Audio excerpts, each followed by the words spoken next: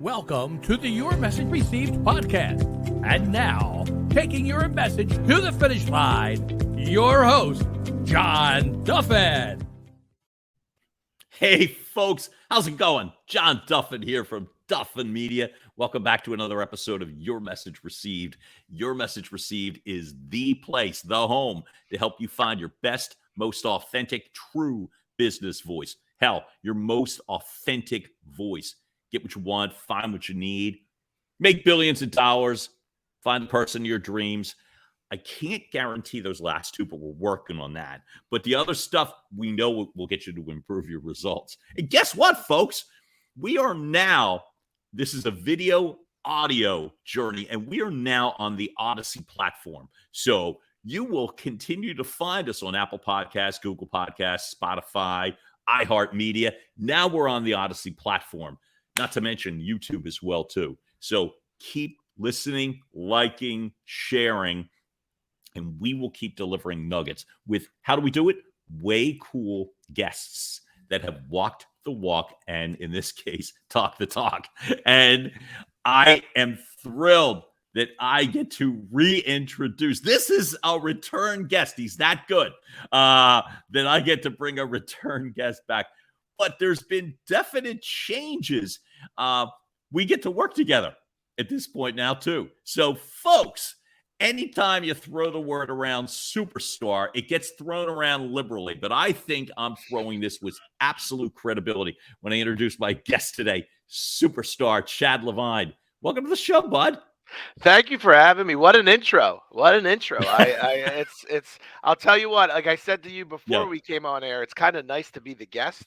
The spontaneity, not knowing what you're going to ask. It's almost like being on a first date. I think that's the best way to call it, right?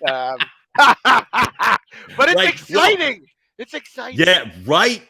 That's the part. It's, hey, by the way, I love the way that you phrase that too, because like these firsts that come up, first business, you asking me to co-host a video platform, those things, it's the excitement. And that's what we'll get into that as well, too. You take on new challenges, new things.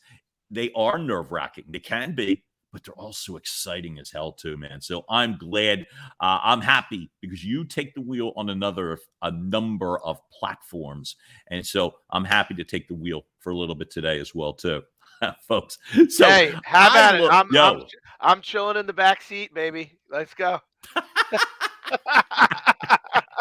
It just makes me happy. And like you, I got to tell you, so last to first, right? So I'm watching, folks, Chadd Levine is such a great social follow. And we'll get to all of that before that. But just know, I'm watching scenes from a killer party last night. So I got to tell you, it's one of these things where your energy when you are on camera or in any sort of a StreamYard, Zoom, whatever, a video platform, your energy is always on point. And I was just going to I would just ask you right off the bat, have you always been comfortable on camera? That's a good question. And the answer is yes. And the reason is because I used to do a lot off camera. And it's interesting because in the beginning of the show, when we talked about what the theme of today's show was, what the message, the purpose was going to be, it was, can you pinpoint instances or moments, which is what I do on my shows, right? And you try and find moments in your life that connect you to the why, right? And it goes back to when I was young. I used to be a DJ on the wedding and bar mitzvah circuits.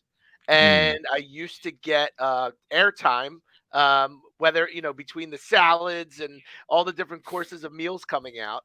The MC at the time would allow me to get on the microphone.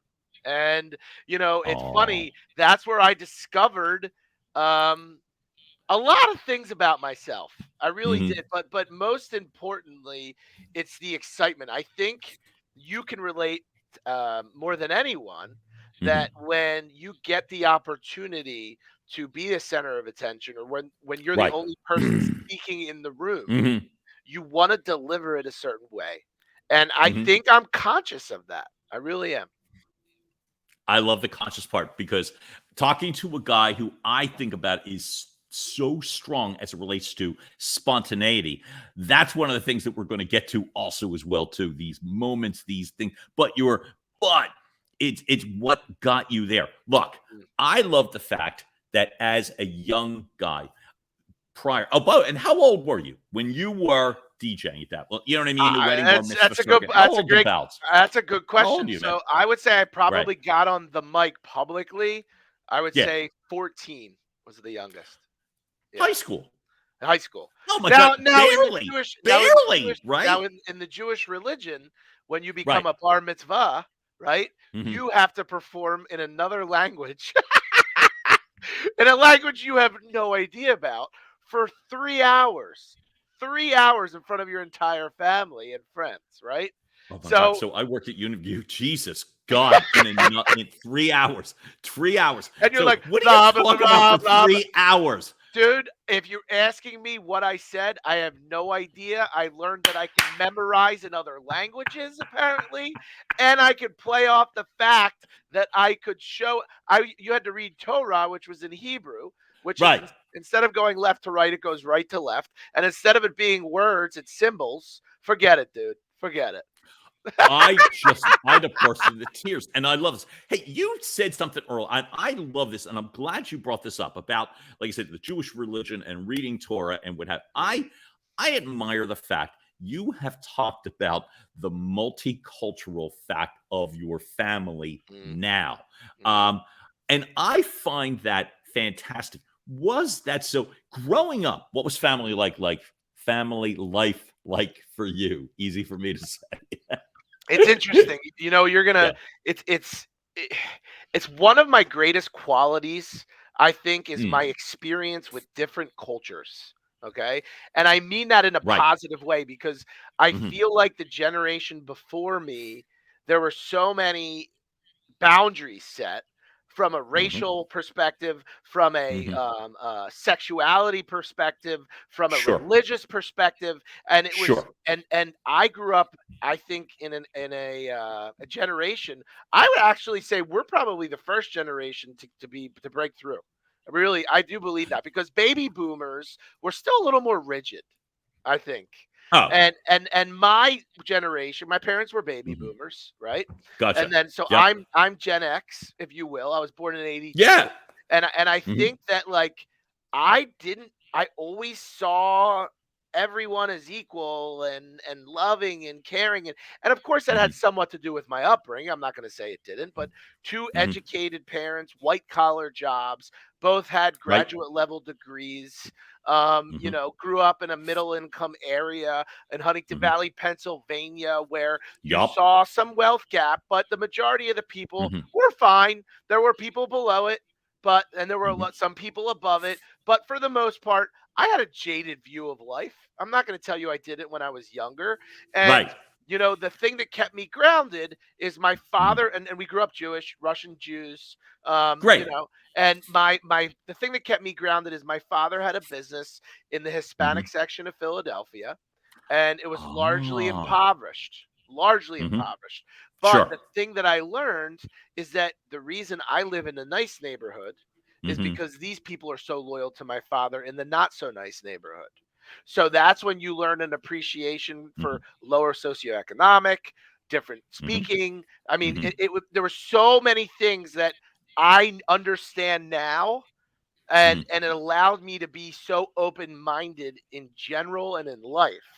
And I gave you that long-winded answer on purpose because, I you love know, every bit of it. yeah, let's give you the stereotype: a white Jew Yeah. growing up in a suburban Mhm. outside of Philadelphia, and Yup. all he sees is money, money, this, and you know Yeah. what? The reality is, it was the total opposite. So, when did you know that you saw that Mhm. differently? Good Like that question. sense of So when did noticing. I become When did you notice, presence of mind? when did it become cool? You know, so first you notice, and then you're like, oh, I like this. And here's the real answer. The real answer is, when do you become conscious of those things? That's the question. Boom. I mean, stupid young boy, right? Stupid young boy. Right. You don't really get any of that. I think that my first taste of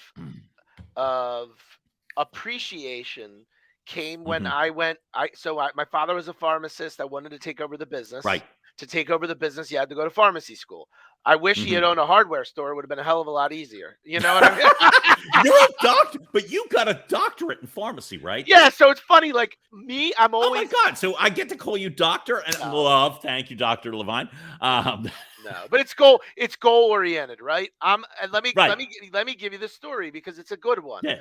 I used to go down when I was super young, and I'd work in the pharmacy. And when I say work, I mean eat all the candy, like do all the dumb crap. Perfect. Well, then you did the good right stuff. Yeah. Yeah, but when I was that age, did I take into account race, socioeconomics, wealth gaps, blah blah blah blah blah blah? I didn't take any of that into account. I didn't take any of that into account. I didn't know. Right. I didn't know any better. I was a happy kid. Hey, how you doing? Yeah, Welcome to this. Happy. Yeah. Happy. I really was. Shit-eating grin. Nothing ever bothered me. Like, I was just that guy. And it's funny too, like, I was heavy, and it was like, in that arena, I was heavy because I just ate whatever I ate. That's really good. Very good. Ate it. But I like it, but I got it. I ate it whenever I wanted. I ate whatever I want. I ate whatever I want. Good on you, man. No body conscious, no body image issues. Like, right. I was happy-go-lucky. I was happy-go-lucky. Great, though. Yeah, it's great. However, the reality is I lived in the bubble and the bubble mentality until when I got to graduate school. So what happened was, at a very young age, I was a junior in high school. I had a conversation with my dad at the dinner table, and I said, how do I take over the family business? And he says to me, well, if you want to take over the family business, you have to get a degree in pharmacy. Well, what is that? Oh, you have to do this, this, this, and this. I said, sounds good. I wasn't like a natural science guy, whatever. I knew I sure as hell I am not. So I'm impressed. I literally said to myself, here's the goal. How do I get there? Right. And my journey to get there is kind of funny. And I don't really want to go crazy and telling you all the details, but long story short, the white Jewish kid gets into pharmacy school, and when he get into pharmacy school, no one is white and Jewish, and I don't mean it that way. It's like a couple white Jewish people. When my dad went originally, it was much more, but then when I got into the school, it was heavy Asian and some African. I mean, all over, multicultural, right? Yeah, really multicultural. Really multicultural, and people really did everything they could to get there because they were bettering themselves, right? And at that point, I'm looking around and I have respect. I have acknowledgement and understanding more. I think it.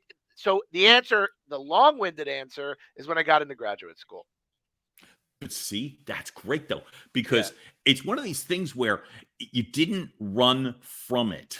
Right. Now sometimes you're in the school, so where are you going to go? Right. But but you didn't run from it. See, I love this. I grew up in Northeast Philadelphia. I'm going to, like I said, my grade school reunion is literally coming up right now. I've never been to one in my life. Bring that. Grades. I've never been to a grade school or a high school reunion. So this is the first reunion I've ever gone to. I bring it up because here's what I remember so I lived in car distance, 15, 20 minutes from there, right? Maybe 20 minutes. I grew up in Northeast Philly. That's a 20-minute car ride to Huntington Valley. If you're going up Pine Road and blah, blah, blah. And I won't bore people with geography, but I will say, here's the thing.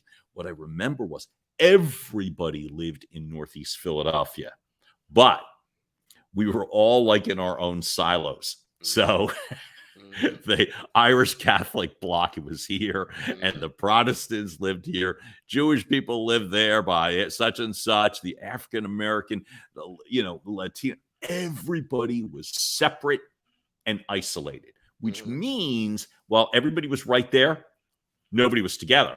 Right. And all those boundaries, you talked about boundaries, right? With me, the boundaries were literally a block or two away. You don't go there. You don't go there. You don't talk to so-and-so. So I love the fact you say I'm a happy-go-lucky kid, graduate school. I'm aware of all of this. And now you've got, in addition to the education, you've got legitimate life experience that actually would matter. Yeah. It actually, being with a diverse group of people. Reading the tour at 14, I'm still like, Jesus God. Well, no, you actually read it at 13. That's the religious rite of passage is 13. Right. Yeah. Thank you for that. Yeah. Right. So right. So meanwhile, but you're DJing at 14. So this guy, folks, in addition to a lot of things. So you're a patent guy. I know we'll get to the brand part in a minute, but you're a patent. So you've got, you were applying for all kinds of patents. Did any of them stick? How do you remember that? Did I tell you about that? I do my homework, Bob. I don't think I ever told you about that. Did you I? Didn't. You did. You did. Come on, we don't slack. We do not slack here at Your Message Received, baby. That's funny. I told you no Dateline questions, but we do our homework. That's funny. That's funny. But right, I mean, you're a busy dude, and I know that of you as an adult. To me, I like to know why and when. Like that, when does that engine go? So as a young guy, you've got all this going on, but you're the happy kid eating candy, feeling good. You know what I mean? Bouncing through an education. What's up with it? Like, I'm going to create a bunch of patents.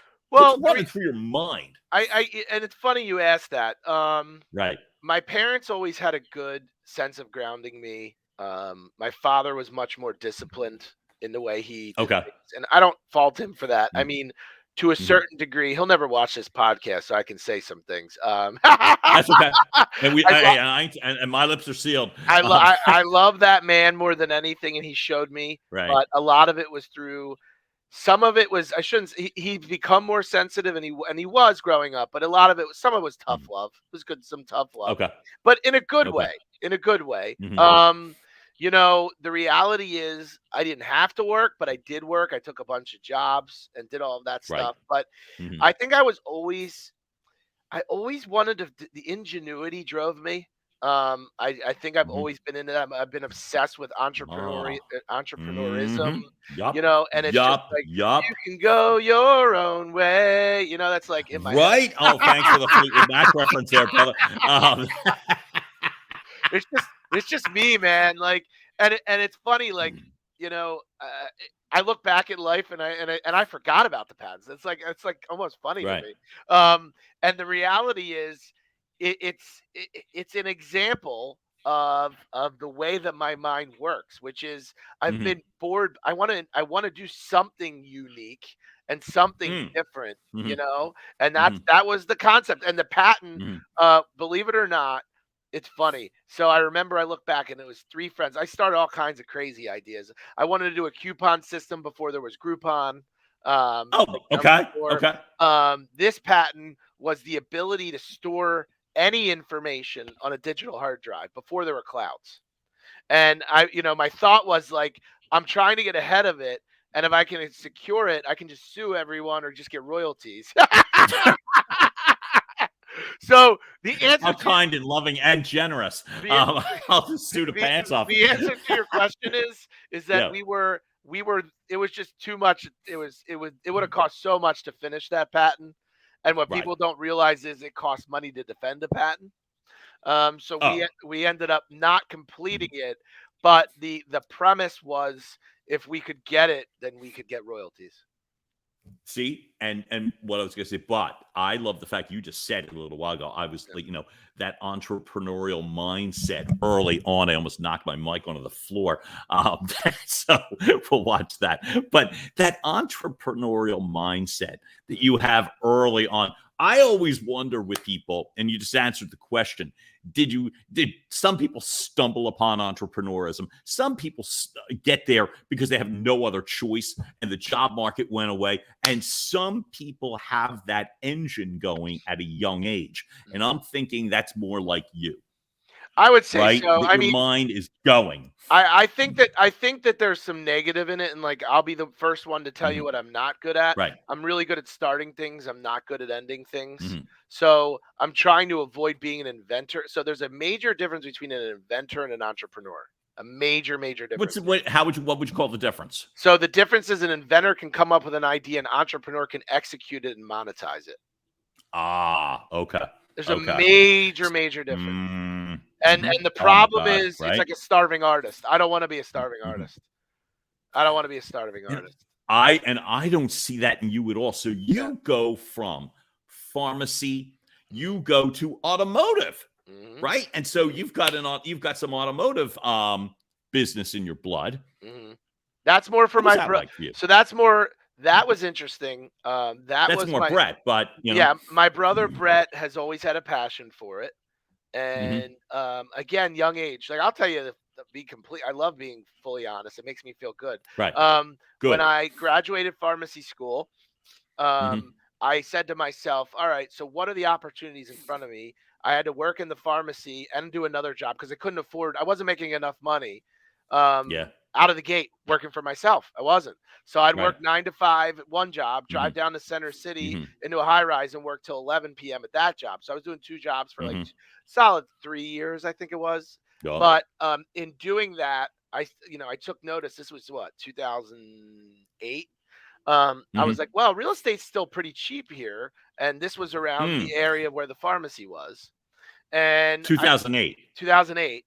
And I said, all right, you know what? If I can still grab something that's Mhm. somewhat reasonable, I'll do it. So I saved Right. up money. Um, it's funny, I didn't save up enough, but I think I had like 20 grand in my Nobody bank has. account. I think I had like 20 grand in my bank account. Mhm. And I went down every building in this one area and I was like, all right, I'm going to find a property to buy. I'm just going to find a property to buy. It's the crazy shit Y I've done. You Like, on your own. oh my, Just you. no Just one told me anything. No one wow. taught me any. I didn't learn anything, knew nothing. I just said to Mhm. myself, you know what? I just graduated. All my friends had been working. I went through a Right. 7-year program, so I didn't make any Mhm. money till I was 25, right? Not Gotcha. $1. All my friends had started at Right. 21, 22, 23. My Mhm. best friend went to work for a huge hedge fund in New York. It was making $1 million a year by that time. I mean, can you imagine being 25 making nothing and he's making $1 million? Like, I'll flip the but right. But I'll flip the question back to you, yeah. which is, and can you imagine being either a wet behind the ears kid or making $1 million in a hedge fund? A lot of those people also, I'm not wishing it on them. A lot of Yeah. those people blew up too. Oh, they'll burn. Yeah, they'll burn. You But know what I mean? It's he like I yeah, got you, but he it's didn't like you're burn. 21 and you Yeah. got and you got the world by the backside, and you're like, okay, the money probably was flowing inward and outward too. Oh, But I don't wish that absolutely. on that person, right? Absolutely. So Absolutely. you're strategically coming in. I'm just leveraging you a little Yeah, better. So you're leverage me. strategically coming in at 25, you know what I Mhm. mean, with a 7-year plan. And now I'm looking at property and I'm getting something and I don't care. Yeah, so I did it in a way, it was really weird. Right. I walked in and I would talk to everyone and I would say, I need to talk to the owner of the property. And I waited Okay. until I walked into one place and the Mhm. guy was like, oh, I don't know. The guy doesn't even live here. I'm like, what do you mean? He's like, oh, he's never around here. He's like, as a matter of fact, I'm going to be honest with you. I haven't paid him rent in Mhm. like 2 years. Right. So I walk out of the property and I'm saying to I myself, I'm want like, your house. no, but ready for the angle? Here's the angle. Yo. I said, you Yo. know what? There's opportunity here. Something's not right. Something's Mhm. weird. Mhm. So I went on Google or whatever it was Right. at that time, went on the white pages, Yeah. found the owner of the property, lives in Arizona. Call him up. Okay. I get him up. I'm like, yeah, you have a property in blah, blah, blah. Yeah, Mhm. I wouldn't Mhm. mind buying it. He's like, yeah. He's like, nah, I don't want to sell right now. I was like, yeah, but you're not making any money. He's like, how do you know that? I'm like, because I walked in and the guy's not paying you any rent. And he's like, yeah, how'd you know that? I'm like, well, how about I make a deal with you? He's like, what? I'm like, Mhm. I'll collect your rent and I'll take a piece of it every month. At least you're getting something. And he said to me, huh? And I'm like, he didn't ask me if I was I wasn't a licensed real estate agent, by the way. I wasn't really supposed to be doing that. But your communication, but see, this is what was so this is I want to notice because this is where finding a voice, where did your authentic voice come from? Now you're in negotiations at a young age with no license. I can go before that, but we'll talk about I'll that bet in a you minute. can. But so anyway, I said, all right, let me collect the money. So my plan was, and I don't mean to be a jerk, but my plan was that he'd become dependent on me. We'd have a relationship, and then I'd drop the ball at one point. Dropping the ball meaning like I'd tell him, like, all right, man, you either let me buy it or I'm out. Right. So I did it for a year. I made a little bit of money. I mean, no, it was whatever. But like at the end of the day, I call him up one day. I'm like, yeah, I'm not going to keep collecting your rent. And he says to me, well, what am I going to do? I'm like, I don't know. Why don't you sell me the damn building? You know what I mean? I was like, I told you I wanted to buy the building. He's like, yeah. He's like, well, all right, fine. And what I did was I told him. Now, it was in bad condition, but it wasn't as bad as I told him. Because my thought is he hasn't been there in 5 years. So I said to him. So how would he know? Yeah, I'm like, it's falling down. You got to replace a roof. You got to do this. It's horrible. It's horrible. Right. And literally. He said, well, how much do you want? I'm like, I'll give you 25 grand. And he said to me, nah, he's like, I want like 100. I was like, all right, well, listen, I'm done collecting your rent. Good luck with everything, and take it easy. 2 weeks later, his wife calls and says, will you take 33 grand? I was like, yeah. I was like, I'll do 33 grand. So I had 20 grand in the bank. I had to go to my brother and my father and say, look, guys, I'm a little short. Give me a little money. Like, I'll do a cash out refi and I'll pay you the money back. And of course, look, my parents have always been very supportive of my fakakta ideas. They really have. they really, I got, God bless them. But, they're like, all right, whatever, fine. So they gave me the money. I get the building appraised like a year later. I think I get appraised for like 180 grand. So I have a ton of equity in the property.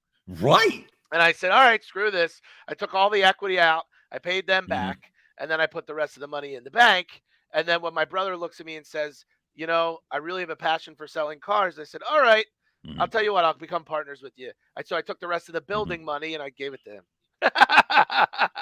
But that also demonstrates, right, the way that it's like how you move from things to thing and thing to thing. And you talked about that starting it like, so I like the way that you also leveraged in your own mind that's not always a great thing. So it's like, okay, I'm on a roll. Now I'm just going to cash out and move to the next thing, right? Well, I was young. I was like, that's good. Sure. Let's go. Yeah. Sure. But let me ask you, you said I can go back a step further.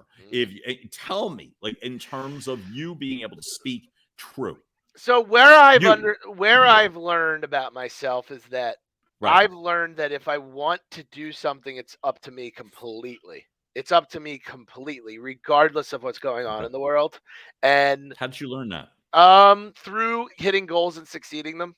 I think my biggest win was losing 80 pounds my sophomore year in college. I think that was the first time I had actually been disciplined in my life, because I had been like the fat kid that was given everything up until college, and I came home and I'm overweight. Not really meeting any girls. And I didn't care up until then, to be honest. And I'm not going to lie. I had a girl in Indiana where I went to my freshman year of college in Indiana University, was absolutely smitten over her, and she wouldn't give me the time of day. So when I came home, I was like, screw this, man. I'm not really interested in her anymore, but I'm interested in the concept of what it takes to get her. And and guess what? I went overnight to eating fish and spinach and running on a treadmill, like overnight, and nothing would take it away. I was it, and 80 pounds I dropped in like, I don't know, 8 months. Wow. Yeah. Wow. Yeah. Wow. And that was it. That was the light bulb for me. And don't finish. You finished that. I finished that. That's an amazing finish, brother. And to be honest with you, it's funny when you look back. I don't think it's that I don't start and don't finish. It's that I think I've made things too complicated to finish sometimes. That was so simple. That was so simple. Right. Like, I was home. I didn't have to work. I just had to study and go to the gym. Okay, like I can do that. And then the second accomplishment, honestly, was I wasn't an amazing student. I'm not a genius in books. I'm not. But if I had to get to pharmacy school, I had to master some really hard subjects. Really hard subjects. I mean, people don't understand that I don't care who you are, what you say, if you're listening to this, it's just as hard, if not harder, than medical school. And here's the reason why. The reason why is that to study drugs in the body is so goddamn difficult. It'll blow your mind. There's a course called pharmacokinetics, which is for us, it's a year long. For medical school, it's 1 semester. And it's basically calculating drug levels in the body at any given time. And it's very, very hard. And it's the #1 dropout course in pharmacy by far. That made me uncomfortable, and I have no skin in that game. Just the best I can give you is I go to CVS a lot. That's but my there's a pharmacy reason I tell you. It made me uncomfortable just hearing about that. There's a reason I tell you. It had to have been freaking brutal. Yeah, right. It's your resilience. I want to hear about. It's that, and it's like I had to learn to master topics that they weren't sexy. Like I wasn't like so. I'm like, organic chemistry. Oh, so awesome. Like pharmacokinetics. You're really lighting my fire. Like this isn't interesting stuff. But I didn't care. I was going to get an A in every class because I was going to get into pharmacy school. That was it. See, it's your mindset. It's your freaking mindset, right? And guess what else? And I'm going to give you another tidbit. When I came home, I left Indiana because it was a big college. Okay. Right. I wasn't able to study there because there was too many distractions. It took me it would take me. They separated the didactic lecture from the lab. So because of that, I couldn't take the lab till my second year, and I would have had to spend an extra year in Indiana. I'm like, screw this, I'm out. I came home, I looked at my parents, I'm like, I'm here to do one thing. They're like, what? I'm like, get into pharmacy school. I was like, literally, I'm not doing anything else. So that's all I did. I ate, I studied, I went to the gym, and the reason why I'm bringing this up is here's the funny part. I went to pharmacy school and I said, to get in, what do I need to do? She said, you need good grades and you need to do well in the exam, the entrance exam. I said, okay. Does it matter where I go to school? She said, no. I was like, so are you telling me that if I go to community college or I go to an Ivy League, you don't care? She said, not really, because we take into account the fact that you're working hard, all that sort of crap. I'm like, okay. So you know what I did? There was 4 community colleges near me and some satellite: Penn State, Abington, Temple, Ambler, Bucks County Community College. So I went to every campus and I'd stand outside of the class and I'd say, how's the teacher? What do you mean, how's the teacher? Can you get an A? Like, when you mean, can I get an A? I'm not trying to cheat the system. I just want to find out if they're going to be jerks or not, right? I'm not lying to you. I'm being honest. So I would write down which teacher at each school would give me the greatest chance for the A. I still had to study. I wasn't cheating, right? But I'm going to go to the class that I can do best in. Well, guess what? I used to do 1 at Bucks, 1 at Montco, 1 at Temple Ambler, and I got 4.0. And you continue to master the art of speaking with people, man. So you run in. I don't know you until I go into real estate, and I think before I know anything, is that like Chadd Levine, money guy? That was my initial, and it's going to sound weird, my limiting belief. Chadd Levine, money guy who gets along with everybody naturally, right? Naturally, like it just gets there. Folks, I had the pleasure of first meeting Chadd at a charity event tied around real estate. And this would have been in 2019. So this background to me leads to the part in terms of, now I see Chadd literally decades later from what we're talking about at this moment, decades later. And I still remember thinking when I first met you, and I was like all kind of weird, goofy, starstruck, number one. And 2, I have this still, I just was at a networking, I presented at the event. I was speaking. I'm the host and MC, and I still have nerves when I arrive at a venue. So, and I bring that up because people that speak naturally and fluently, I used to think just did. You know, I used to think, well, that's them and I'm different and blah, blah. And so I go in, and there's a bunch of I'm just going to say, real pretty real estate people, you know, men, women, everybody's pretty, and the food's gorgeous, and everyone's from Selling Sunset on Netflix, right? Yeah, right. That's what I'm picturing. And Johnny growing up in Northeast Philadelphia, all dweeby dorky. Nobody's going to talk to me. Nobody's going to, you know what I mean? We're back to St. Dominic's and the dance, and no one's going to dance with me. Right. And I'll never forget. So I see this guy, and it's you, and you are commanding this, and you got this big circle of people around you. So at this point, and you're talking decades ago of who's the best teacher, and I'm just going to pick this, but to that, in your mind, the question I was going to have is, it's so funny to look back and hear it again. That's what I'm saying. So all of a sudden, I see a guy who's got. You talked about I was going to ask you about when you lost 80 pounds. What was it like buying clothes? You know, again, I try to go back to that moment, and I wish I were thinner again. It's funny, like I'm trying to channel in that mindset. Good, right? But good. But Me funny, too, by the way. But I'm going to tell you what it is. Yep. I know why I got heavier, and I know how to get back to where I was. You know, it comes down to one word: discipline. One word. There you go. One word is discipline. And the reason I'm saying that is because I am the type of person where if you get it right in front of me and tell me this is it, I'll do it. It'll be one thing I'm very, very, very good at it. When you're throwing all this other crap on wife, kids, this, that, this, that, I'm trying to balance it all. I'm not good at balancing. I am not good at balancing. I will tell you that wholeheartedly. So if I can tap into that discipline again, I'll be able to get to where I need to be.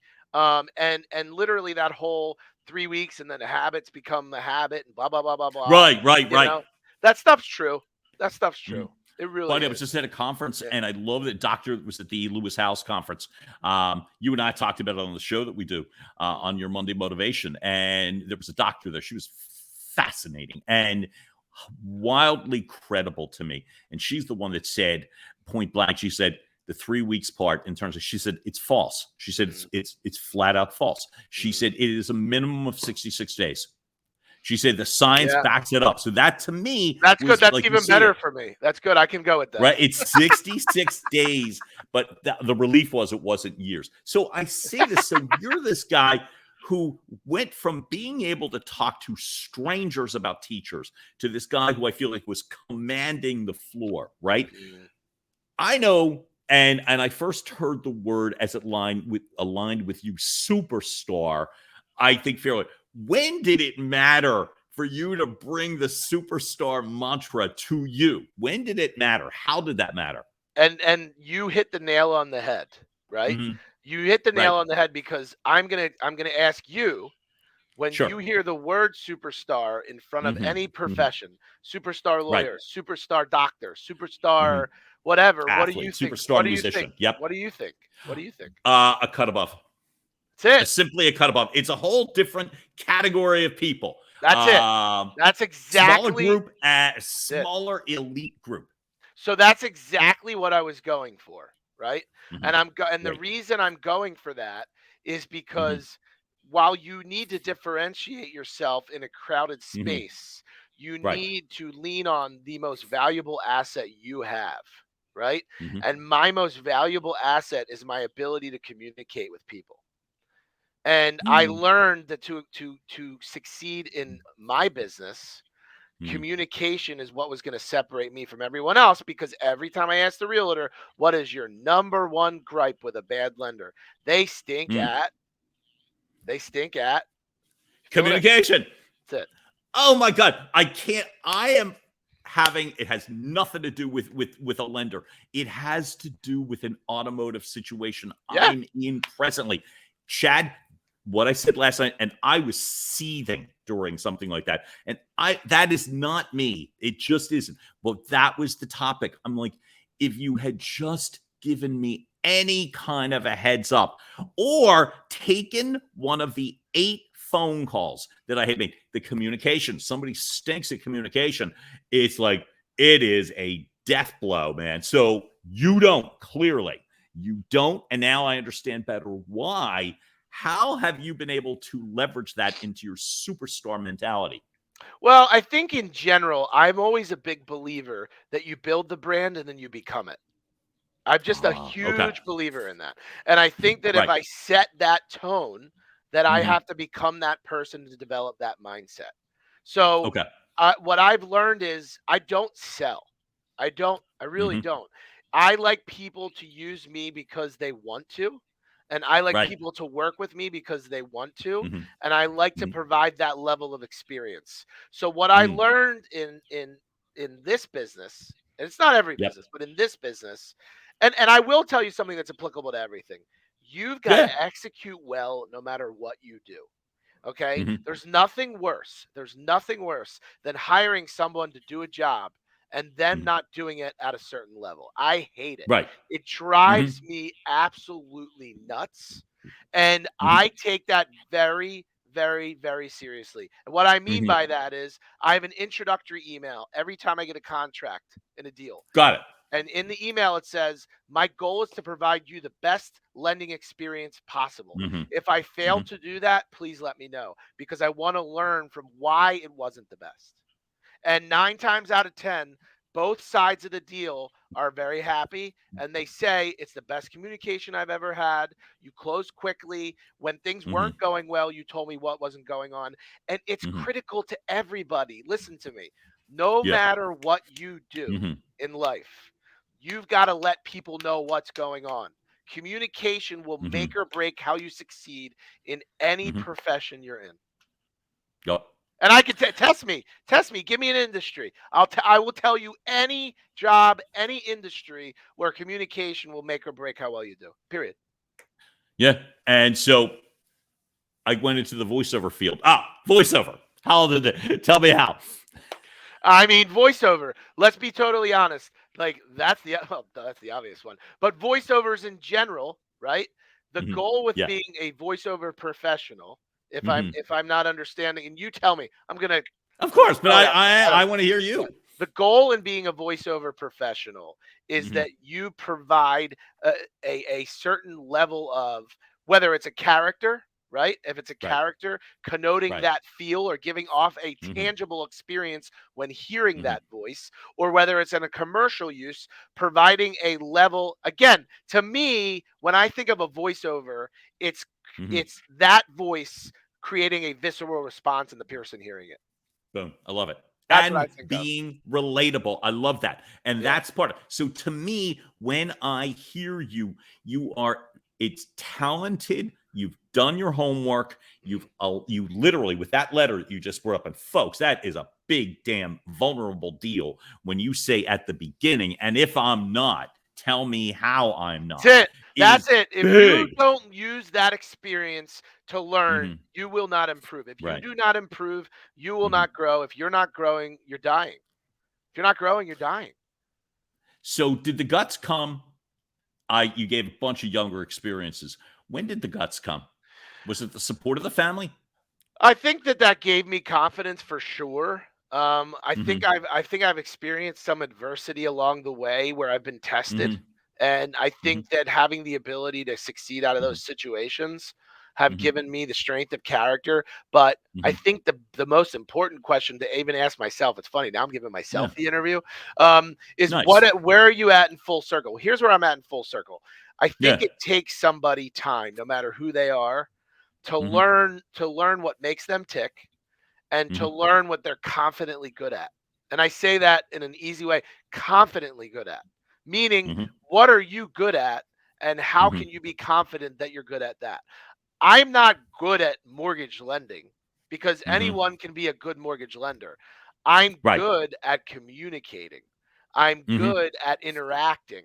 I'm Mhm. good at socially Mhm. knowing my audience Mhm. and responding in a way so that if you're upset with me, I Mhm. can deliver it in a way that allows us both to leave satisfied. And Mhm. to me, my greatest skill Mhm. set is really that level of communication.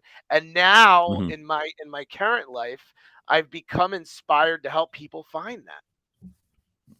See? And I love that you say that. So one Yeah. last before I want to go there, Yeah. but I was going to say, Yeah. you are also to me a great question answer interviewer, which Yep. ties into you've currently got right now superstar, your superstar interview social media platform. You've got neighborhood spotlights, folks, and these are available on Facebook. Neighborhood spotlights, which And takes you YouTube. into the geography. And YouTube is, thank you. Thank you for reminding me of that. Yep. And you and me get to do your Monday motivation. The reason it mattered, you're like, did I ever tell you that? The reason it mattered for me to do my homework, especially in this case, I typically do anyway, but especially is because you're so damn good at being in a question answer situation, which to me is not just a skill set that translates to business, it also propels other people to want to improve and do better. My question to you is, when did you realize that that superstar mentality didn't just mean you kicking butt and rising, but mattering that you need to help other people get there too? I think it's a self-fulfilling prophecy. I really do. I Okay. think when I started to understand the psychology of thinking a little bit more, and that's not Right. something that I read. I wasn't reading ancient books Mhm. on it. I just learned if I can dissect my own thoughts and help me find solutions, why can't I do Mhm. the same for other people? And if I Mhm. can help them do that in a way that gets them to a certain shift in their mind that then Right. allows results, then I think that that's what I want to do. Like if I can do it for Right. myself, I think because I did it for myself, and Mhm. I feel like that this is now my next chapter. I enjoy it. It makes me tick. Mm. Yeah. Ah, see, folks, I'll share firsthand. One of the reasons that I get to do that, and I call it is a privilege that I get to do this, that I get to interview my friend Chadd Levine, that I get to host a podcast, that I get to do all of the host MC. A lot of that ties into making certain that you are aligned with people that want to help you get there. And the personal story was me in my real estate life, going to an open house and again fumbling through papers, and did I have enough flyers, and flyers are flying in the wind down the street of the house, and I'm standing outside fumbling with a set of keys trying to get in the door with my tripod and my camera, and I'm alone, and that was the part. It's like, and sometimes you don't like that. Like Mm. I just felt all by myself. Literally, that's what it was like, and all by myself. And I don't know that I can do this. And so my confidence was starting to waver on that day. Right? I get a phone call from this guy, and this guy is the one that literally, like I said, threw me the attaboy. That it was like, I really like what you were doing on social media. Here's a couple of things that you could do in terms of the positioning and leveraging. And Chadd, I'll never forget it, because it just that pivot shift, that sort of, just like I said, virtual slap on the back, but with substance, Mm. that was like, oh, I can do this. I remember the visuals for that open house were especially fun that day. Everything felt especially easy. And I'm talking still, by the way, to nobody. Nobody. I don't even think anybody showed up that day. And I didn't care, Mm. because I learned better in regards to positioning, the camera, the humor. People could feel the energy. And I got compliments from that on social media. Even if they weren't there, the house didn't sell. What it did is give this guy, who was inherently shy and constantly doubting myself in regards to can I, should I, the ability to be like, not only will I show up the next time, that's one thing, but the other thing is that sense of, I want to do this. And I'm not the typical prototype. I'm not the age. I'm not the weight. I don't have, like, I'm not the selling sunset. You know what I mean? I'm not. I'm none of those things. But what I am is different. And what I am is now increasingly authentic. And I say that not to commend myself, although it sounds like it's exactly what I'm doing. Um, Christ, can we edit that? We're going to edit that out. That sounded a little self-serving.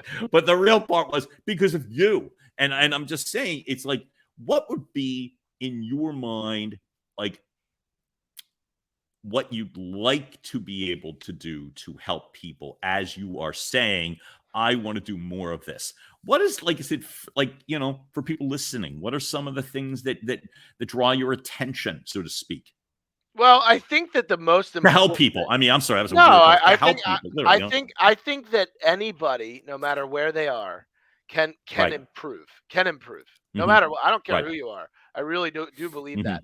But I think that the most important thing is no matter what, you need a plan, right? Because without a plan, Okay.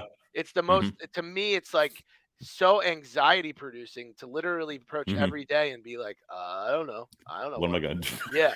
I don't know where I'm going. I don't know what I'm doing. So I think that you have to set little plans and hit them and hit them and Hmm. hit them and hit them. Hmm. But I Hmm. think overall, to be more direct, I am going Yeah. to position you in a way to get the Hmm. most out of yourself. That's what I want to do. I want to make you a lethal Hmm. individual in a good Hmm. way so that Hmm. if you want to succeed in any aspect of your life, I want to help you get there. And how I will help you get Hmm. there is to start by analyzing yourself and saying, shit, am I even in the right frame of mind? And if you're not, Hmm. you got to start there. It always starts with your Hmm. mindset, right? Yep. Once we can Yep. get you, and how you do that is exactly what I did with you. Your Mm. natural ability was your voice. Your natural ability was your voice. So we leaned Thank you. into that. So we leaned into Yeah. that. And when Yeah. you lean into that, you gain confidence. And once you Hmm. gain confidence, then you go to the next step. All right, now I'm Hmm. confident. Now I'm confident. We have to Hmm. figure out how to get you there because everyone's different. Everyone's different. Right. Once we get you confident, then we have to Hmm. set up a strategy, right? We got to set up a way you're going to go out and do what you want to do. Get more business, Hmm. lose your weight, hit your Hmm. goals, whatever it is, Hmm. right? Once we do that, then you got to execute and we got to Hmm. make sure you're doing that. And then we got to sit down and say, is this working? And if it's not, we pivot. See, that's beautiful. Hey, I love the fact, and I'm thinking, speaking of going all the way full circle, you were talking earlier about, you're such and such, and this girl that you were crazy about wouldn't even give you the time of day. And I'm thinking about this, you now, who were able to speak with such confidence and kindness. So talk to me about Amy. Why'd she give you the time of day? You know, that's funny. So the reality is at that point, and again, it's full circle. There was no I know why, but I was going to say, but I want to know what you think. I just feel like at that point there was no doubt it was going to happen for me. I don't. I mean, uh, mhm, it wasn't like in my mind. I was like, oh, this isn't going to happen. I was like, oh, hell yeah, it is. mhm. And How did you literally, know? How well, did you know? I think initially when I said you, well, first I was Mhm. drunk at a wedding. Oh, perfect. Perfect. And I'm, and we're drawn into the physical appearance, right? Great. And which is fine. And then we You're both started high. I talking. gotcha. But Right? no, Yeah. but John, you know what I've learned? This is what I've learned. What's that? This is an important point. And it's not just Amy, Go. it's anybody. Yeah. Everyone's human, right? You Hmm. no matter who they are, no matter where they're from, everyone's a Hmm. human being. And you Hmm. as long as you know how to communicate with a human, no Hmm. matter who they are, Hmm. you can have some ongoing communication. So Hmm. that's where you need to become an expert if you want to know the truth. Uh, So hmm. when it came to Amy, it was just persistence. It was just Hmm. persistence. She didn't know she was gonna fall in love with me, and today make her realize. It was just persistence. That's all. And at that point in my life, I knew I had a certain level of charm that I could Hmm. that I could give off. And look, Hmm. I everyone will tell you this, and it's true. Whether or not you're gonna laugh, I'm gonna laugh at myself. So Right. it's true. I One laugh of the all the time. classic best laughs, and that's what I really remembered about you. It's you disarm a situation, or you disarmed me that night at the Sterling Hotel, Uh, with that laugh, uh, which to me ties so much so into the inclusiveness, which I can now figure that multicultural background and these experiences that you have made you, or at least maybe not made you, but helped formulate that sense of inclusivity. And I remember hearing the laugh, feeling the ease, and sounds crazy. And I remember thinking when I'm up there, all, just me, and I'm not this and I'm not that, safe. I felt safe around you. And I'm like, this guy's not going to hurt me. And when I realized that, then you can allow real communication to come in. And you're now a dad, 2 beautiful kids. I am. Let me ask you, being a dad, Mhm. what do you, and you talked about your dad and growing up like that. How do you want to be able to communicate with your kids? You know what? It's interesting. I don't know that I've done enough Mhm, thinking about it because they're still so damn mhm, young. But right? I want them to know that they're loved unconditionally with an Mm, extreme mhm, amount. I mhm. do want to. I have a hard time teaching them lessons because I want to just give them everything. Yeah, yeah. And that's a struggle for me, to be honest with you. I don't hate it. Um, I like it. I'm very I want I'm a them softie with that stuff. I love it. I want them to live a certain way. I just do, Mhm, and fault me if mhm, I'm wrong, and if I have to mhm, struggle to make that happen, so be it. mhm, I really don't care. mhm, I say this is thank God for my mhm. wife has taught me, and I will attribute this to her. She's taught me what Yeah. life is really all about. She's taught me because Mm. when I am in the grind, working hard, worrying about all this other shit, she's there to Yeah. tell me like, just come home, relax, hang out with the kids. Like this is she grounds me by far. But having kids is the best and worst thing that could ever happen to you. It's the best thing. It's the best thing because it literally there's no love like it, right? And it's the worst thing because I've never worried so much in my life. So much in my life Mm. because Mhm, you mhm. only those children are your entire breath like of Got air. it. Yeah. Mhm. And I'm not telling you That's good. it's not the same. And it's funny because everyone's like, "Oh yeah, but then you feel differently about your wife." Because how much I love my kids, I thank her for giving me the kids. Aw, that is Yeah. so cool. Yeah. Buddy, I love the fact you talked about a little while ago. I'll wrap it up like this, which is Yeah. simply you said, I have a hard time juggling things. Yes. I think you do from this vantage point, the dad, the husband, the careers, the coaching, the finance, the real estate. I think you do a spectacular job of juggling things. And I'm not just blowing smoke. We can all improve, and I get that. But the fact of the matter is, with all of the platforms you're doing, I still think it all comes down to, in essence, that we want to get to know you better. And knowing that, which I believe wholeheartedly, which is I know where to find you on Monday mornings, 9:30 a.m. I get the privilege of co-hosting your Monday Motivation with Chadd Levine, superstar Chadd Levine, which just makes me happy. Where else is the best best places to find you? Well, we're working on the greater good of the Superstar brand. So at the moment, we'll Boom. just stick with Mhm. superstarlender.com, but Great. we do have the coaching platform coming soon. Great. And there should be a YouTube channel associated with that. Mhm. And what I've found is that my most comfortable place is being in a video, and Mhm. just talking. So hopefully, but and listen, you can friend me on Facebook. What do I care? I put a lot of stuff up there too. That's cool. How inclusive. How inclusive. What do I care? How welcoming. Well, the fact is, I'll have those links up, and we're just going to make them find you. Yeah, So yeah. those links will be there in this profile, folks, as you are watching and listening. Find Chadd Levine because your life gets better. I can speak for that firsthand. My life has gotten better simply because I have the privilege of knowing Thank you this for guy, that. and I I'm appreciate wildly. that. You're very welcome. Hey, Chadd Levine, superstar lender, superstar, period, superstar coaching, superstar. Thanks for being here, buddy. John, it's always a pleasure, and honestly, no one does it better than you. These shows are riveting; they really are, and Thank you. your voice is velvety smooth, my friend. Oh, man. Not there. All right, I'll work on my laugh. God, your laugh is so damn good. Hey, folks, and you've just heard another episode of Your Message Received. Again, you get to check us out on the Odyssey platform, on Amazon Music, on iHeartMedia, YouTube. Keep listening, keep watching, keep liking, keep sharing, and we will keep helping you find your most authentic, best business voice. John Duffin from Duffin Media here. Have a great day, and thanks so much for tuning in.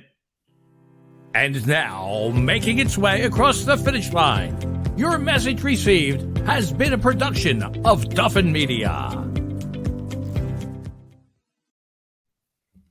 Hey. Hey! So what'd you think, brother? I'm just getting Maria off the pole here. Give me 1 second. That's okay. It was awesome. Wait a minute. I didn't hear that correctly, and it took me a minute. Not that pole, not the stripper pole, the crazy pole. I'm like, what, Delilah's? What the hell? She is hot, but she's also successful. Get Maria off the pole. She's going nuts on me. Call her 1 second. Like, it's fine. I'm telling you. Well, that goes back a million reasons I'm crazy about her, and one of them is you. I don't know you if it's not for Maria. I wouldn't have showed. I could have, I'm going to tell you what I think. I think that it's a great podcast. I think you tap in really, really well. And I think that, it to me, it's very on point with your brand. It just is. Thank you for that. I really appreciate all that, man. Yeah. Thanks for being kind enough. I like the fact that, and I figured you would, but I like the fact that you have no problem with going deeper or, elongating or all that sort of thing. Yeah. Because I am a believer. I emulate what you say, which is there's no reason for me at all to think stuff just happens. I speak the way I do, and I used to think, well, that's just because this is the way I speak. And it's because you're not willing to invest the 5 minutes in what the hell has gone on. And the last part I didn't say, and I should have, but I'll say it just to you directly, which is I also would think you're fearless. And so to me, it's like I think the fearlessness, even though you said your kids and what's happening with them, nothing scares you more. But the truth of the matter is you don't carry yourself like that. And, so I thank you. I think I'm fearless because I'm fearful. Like it's almost like the how do you defeat fear? How do you defeat fear? You got to be fearless somewhere else. I think it's freaking awesome, and I love it, and I'm very grateful. Thanks for the kind words, buddy. So now let's see what the hell this actually looked like, as opposed to birthday party confetti. Let's see what it actually visibly looks like. I know it's going to sound fine, and that was the original intent, but I want this in terms of video. So now, as I figure this out, which won't take long, you told me, man, of the video that you want me to watch. Oh, I sent it to you. Oh, thank you, pal. All right, then I will do that legwork so that we can figure this out together, right? Yeah. So that, you know what I mean? So we can work on impulse. We can work more on, spontaneity. That's what it's got. I mean, that's what it's got to do, man. Like we gotta be able to do when we want without having to spend, I think. Yeah, and so, look, I told you I work with my buddy's, my dear friend's son, and he's great. I want to ramp up the frequency of the interviews of my podcasts, actually. But the fact of the matter is, I'm not gonna. I can't right now be like, oh, you know what? I'm just gonna double what I'm paying you. Oh, you know what? I'll triple it. It's like I can't. No. So I just feel like we're pretty damn close in terms of having it figured out. Let's see where I bang my head, and whatever, we'll learn from it. You'll figure it out. You'll figure it out. I'm gonna do this. I'm gonna do the same thing with mine. So. Yeah, well, I'm here for you, right? So I'd say we just learn together, right? All right, you were freaking awesome. I will be back to you ASAP. I'm guessing, buddy. I'm guessing I will publish this a week from today. I'm guessing. Fine. I'm publishing one now, but you'll know. You won't have to guess or wonder. Yeah. Same deal. Links. Oh, any photo that you happen to like, get it to me. Yeah, I'll send you over my my classic pose. Get the hot one in the tux. I like that one. I'll send whatever you one works for you. One. Yeah, I'll send you. Yeah, I like it. But whatever works for you best is going to work great for me. All right. All right, brother. I'm gonna bounce. You All were right. wonderful. Thank you, pal. You too. Have a good All weekend. right. So, last thing. Yeah. When the heck are we doing? When are we doing our thing? We'll just go live. I think Monday. Yeah, that's okay. That's I fine. think it's easy. That's Yeah. fine. Yeah. Right. But I really do think I thought about this a little more, which is I think you're 1000% correct. I think even if it's a 5-minute pregame, I think we should do it. I agree. I think it merits it, and as I said, we don't have to overthink it, but the old flying by the seat of your pants and nothing. I think 5 minutes we can nail this. I agree. I agree. All right, brother. I agree. Be good. Have a great day. Thanks again, pal. Peace, bro. Talk soon. Later, man. Bye, bye, bye.